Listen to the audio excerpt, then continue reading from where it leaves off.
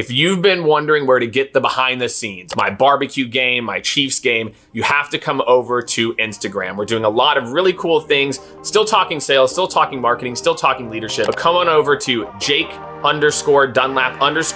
if you want to get behind the scenes on everything in sales and marketing. What is going on, everyone? Welcome to Weekly Recap number 81.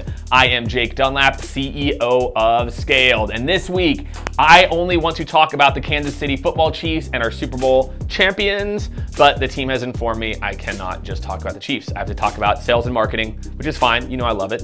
And I'm going to talk a little bit about two things. I'm going to talk about inbound marketing and how just some of the trends we're seeing, what's working, what's not working inbound. And I want to talk about a compensation guide that just came out this week that talks about trends in hiring, trends in promotion, that I think all of you are going to find super interesting.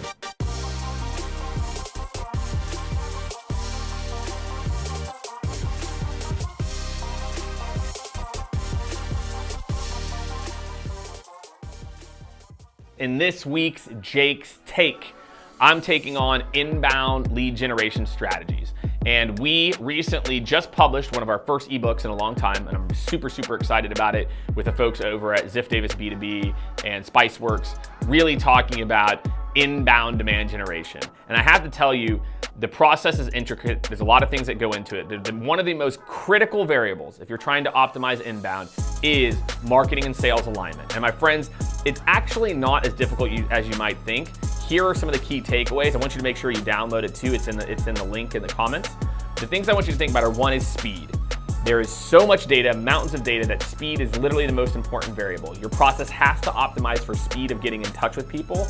The person that gets in touch with people first wins between 30 to 40% of the time, more than the people who get in touch next. So speed really matters. Then you got to think about quality, the types of interaction points that you have. The companies that we've seen that are the most successful have lots of interactions. They don't give up after one or two. And then finally, procedures. Marketing and sales holding each other accountable. So if you're looking for the quick hacks, those are my quick 3, but please check out the rest in the link below. All right, this week in Awesome, you know what we're talking about. We're talking about the Kansas City Chiefs Super Bowl champions. And I also want to talk about a post that I did Super Bowl Sunday morning about prodigies in sales. And I know from my own experience, I've had the opportunity to work with 24, 25, 26-year-olds that were amazing enterprise reps and took a ton of feedback.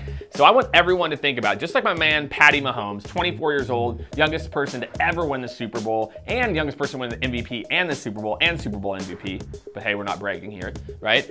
But it's something we should think about in sales. How do you quickly identify talent? And we kind of separate them from our career path. We say, look, this person's got a lot of talent. Let's get them better faster. So my friends, this week in Awesome, I want you to think about, one, what all of the rest of your teams are doing in the offseason and how they're not the Super Bowl champions.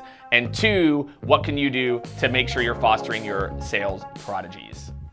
All right, this week's in the news, another amazing piece of content came out from our friends at Bets Recruiting, their 2020 compensation guide. There's a ton of amazing takeaways, my friends, lots of good stuff. There's two things I want to call out in particular. One, there was a 10 to 15% increase in sales hires in markets like Chicago, Austin, and LA. What that signals to me is that companies in New York and San Francisco, yes, I know in New York and San Francisco, we are the epicenters of the world. I get it, right? But more and more companies are looking elsewhere for talent. So again, maybe your next group of hires, maybe it's in a different market, something to think about. The next thing is promotion trends. This was, again, year over year, the least experienced group of people that were promoted to leaders. So what does that mean for all of you? We have to develop leadership development programs. These were things that were really cool for forever until about 10 years ago. 10 years ago, for whatever reason, we start to see companies like no leadership development. We have this amazing onboarding plan for our SDRs and salespeople. You move to a frontline leader, zero development. So my friends, as we're promoting leaders, you have to, I want all of you to make sure you have at least a, 3, 6, 9, 12-month continued learning program for all your frontline leaders. In this week's Ask Jake Anything, we got a question from my friend Kelly Buckband. Kelly, I want to thank you for all of your amazing comments and questions. Keep them coming. She said, a VP in my company asked me, is LinkedIn really benefiting our company?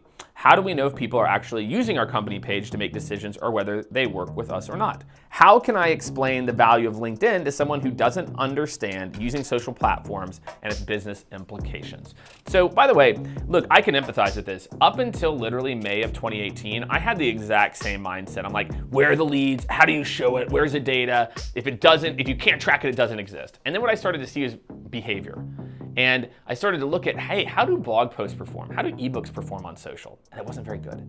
And so then I realized, wow, people are just behaving differently from a social standpoint. And so the easiest thing that I can suggest is companies can request different people to follow them, right? So one, you can go look and see, hey, is that person following your company that's in the sales cycle? That could be something interesting.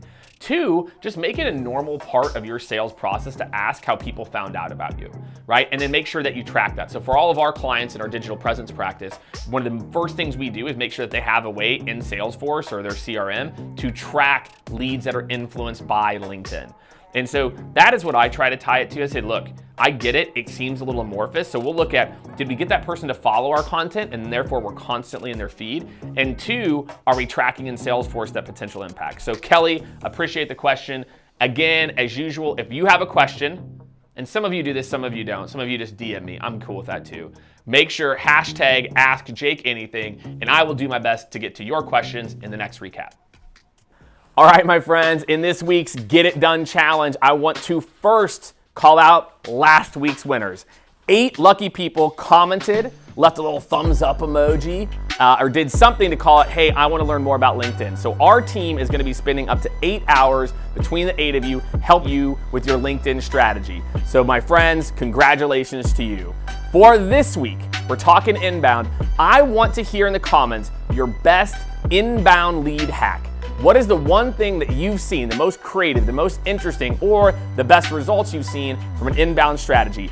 And for those of you, whichever one we pick, you will get this Skaled rain jacket for helping everyone else make it rain with inbound leads. Weekly recap number 81. I'm out.